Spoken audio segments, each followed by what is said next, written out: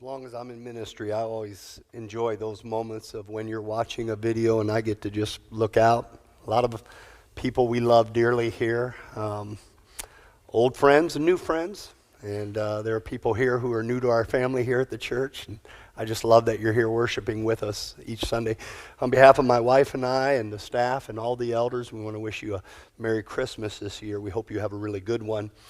Going back to Thanksgiving, my wife and I spent Thanksgiving in Colorado with our two sons who live out there.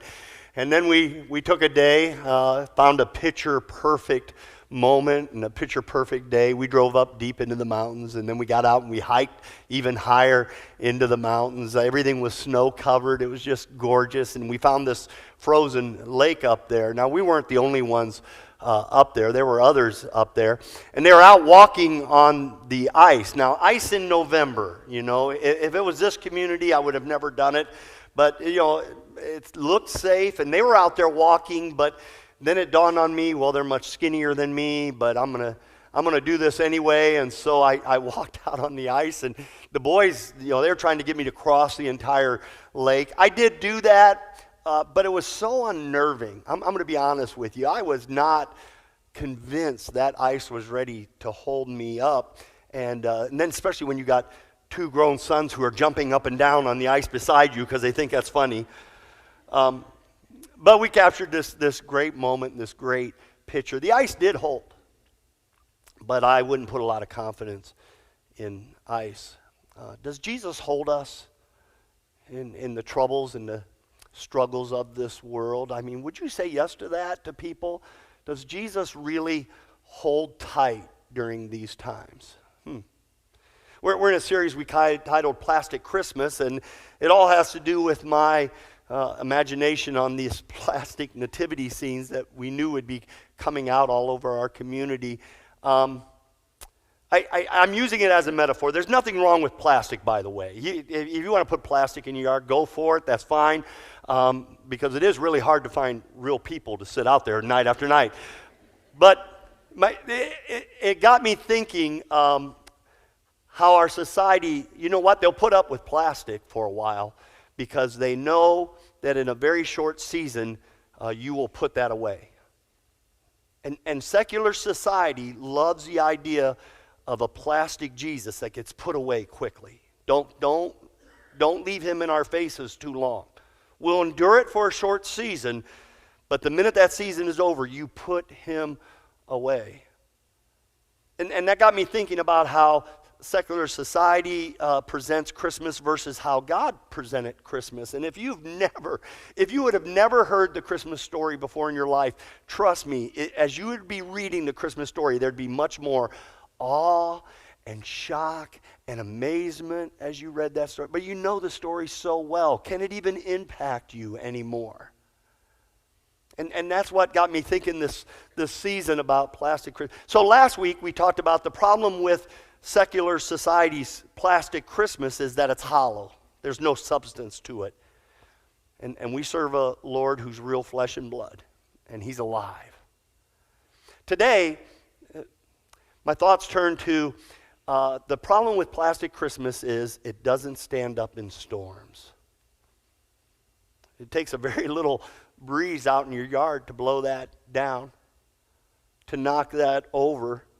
Is that what's holding your Christmas this year? When life storms roll in, and they always roll in like waves. If you're at a low wave period time in your life right now, God bless you. You got a lot to be thankful for. But you need to know there's a whole bunch of us right now who have been enduring the wave of trouble, the wave of pain.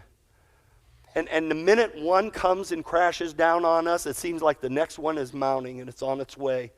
And they get higher and higher sometimes. Storms blow in on us. God, how much more do I have to endure? How long will you allow me to go through this? When will this end? Lord, when will you answer my prayer? And I felt that. So have you. Yeah, life's troubles come. The Christmas story, the way God presented it, is really it's full of storm, by the way. For two people, it's a huge storm.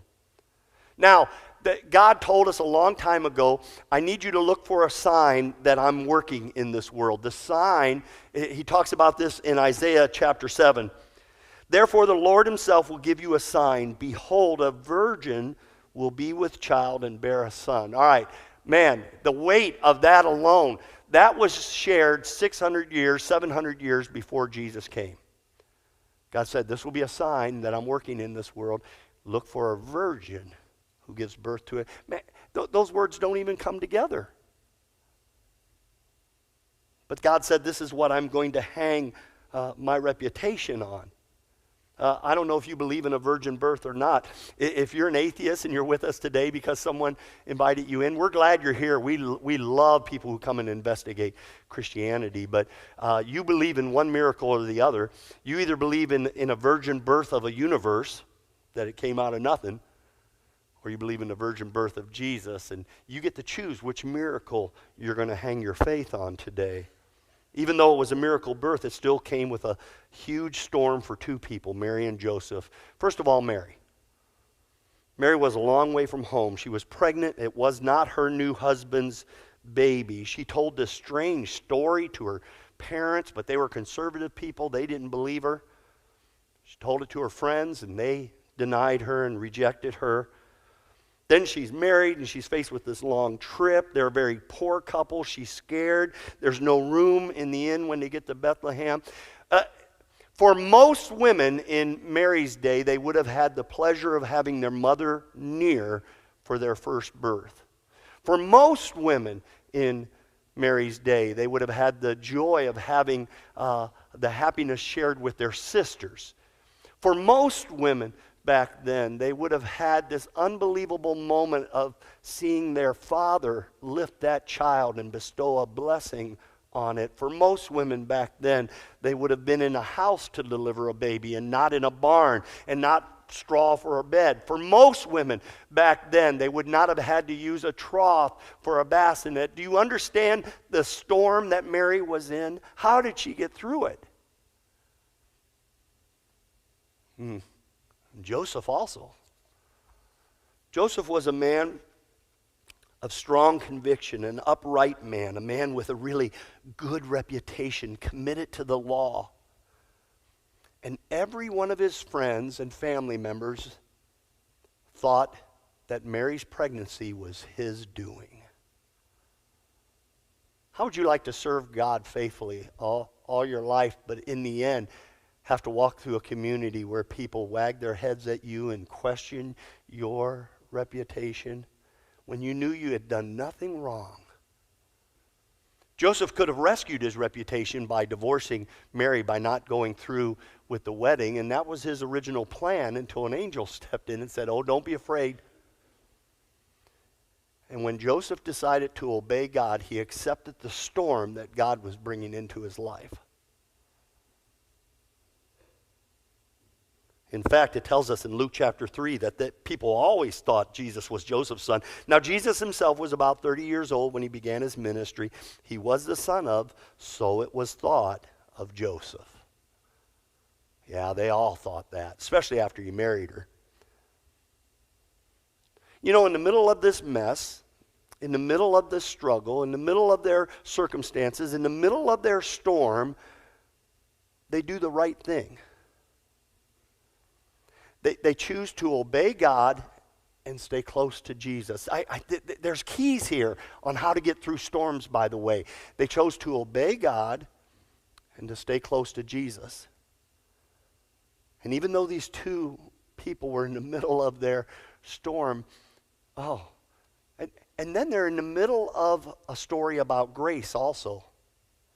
Don't miss it. When you imagine a carpenter, what do you picture? Somebody who's a little rough around the edges, calluses on his hand, maybe talks a little bit rough. You don't usually think of the word grace when you picture a carpenter. And yet in this story, that's what we have. We have this man of grace. and when you picture a young mother, even a young mother, you don't picture a teenager. But in this story, you have one. And when most pregnancies, when most babies are delivered, there's not the sound of angels fluttering wings, but there are in this story. And an angel who leans across that manger into Joseph and Mary and says, his name is Jesus. A name that changes everything for you and I.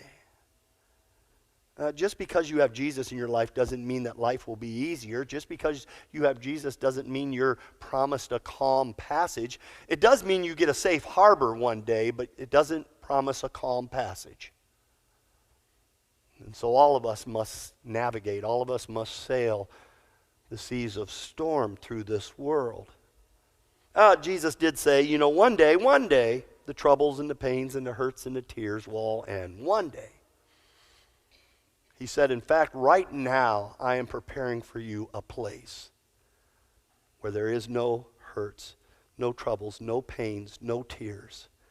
And one day I will bring you there. But until that day, you have everything you need to endure your storm. Because Jesus says, because you have me. What's deep down inside of all of us is exactly what we need to get through the squeeze of our times. A full can of pop. And I cannot even put a dent in this thing. Maybe it's because I've shaken it up too many times today. Hey, let's see.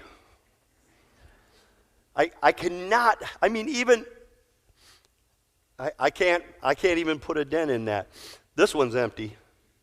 And an empty can within the masculine grasp of your pastor is pretty easy to crush. This isn't hard. This is what happens when you go through this world empty and the storms come in. They'll crush you. That's not what you have. Because you follow Jesus, because you have the Father in you, because the Holy Spirit is strengthening you, even when you feel the squeeze of this world, and you will feel the squeeze at times, it does not crush. It's what 2 Corinthians tells us in chapter 4. Look at this. We are pressed on every side by troubles, but we are not crushed.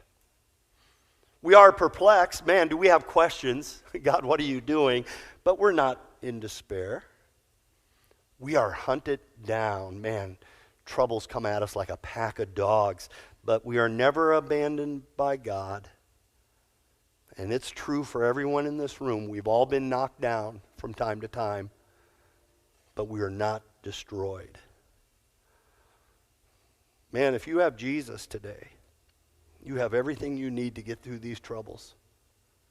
And I'm not saying they won't hurt. I'm not saying there won't be tears. I know of about a dozen stories right now in our church family that are painful, hurts. Oh my goodness. So we have people who are here today. You don't know how you got through yesterday. You don't know how you got up this morning and walked in here, but you did.